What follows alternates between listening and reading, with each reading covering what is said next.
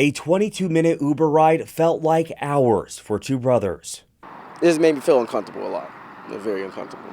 Isaiah Gray and Malachi Walker say their dad ordered them an Uber to school. According to their receipt, the driver picked them up around 9 in the morning.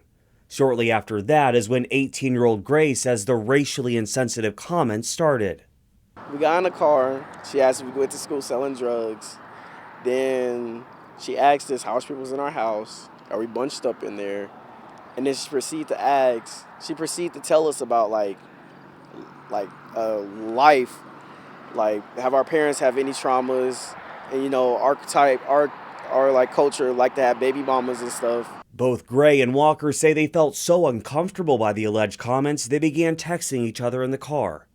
But 11 minutes into the ride, it was time for Gray to be dropped off, leaving his 13-year-old brother in the car by himself. I felt very anxious, scared.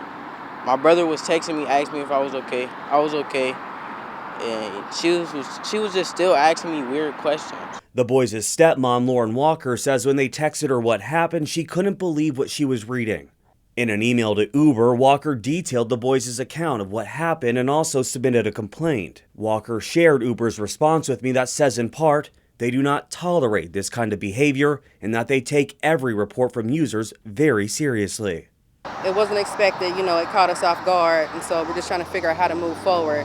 And we actually had a family conversation last night trying to teach them how to handle issues like that because it may come again in their lives, unfortunately. I too reached out to Uber about the claims. A spokesperson wrote back saying what the riders experienced is deeply upsetting and that they're investigating these claims. And while Uber is doing their investigation, I did mine and found their driver outside her home. She was adamant about not wanting to be shown on camera, but says she's aware of the allegations and says they're not true.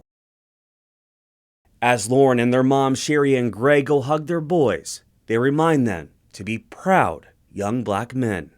Be proud that you're black. You be proud of that. But, in reality, walking in these streets, just at the end of the day, be careful.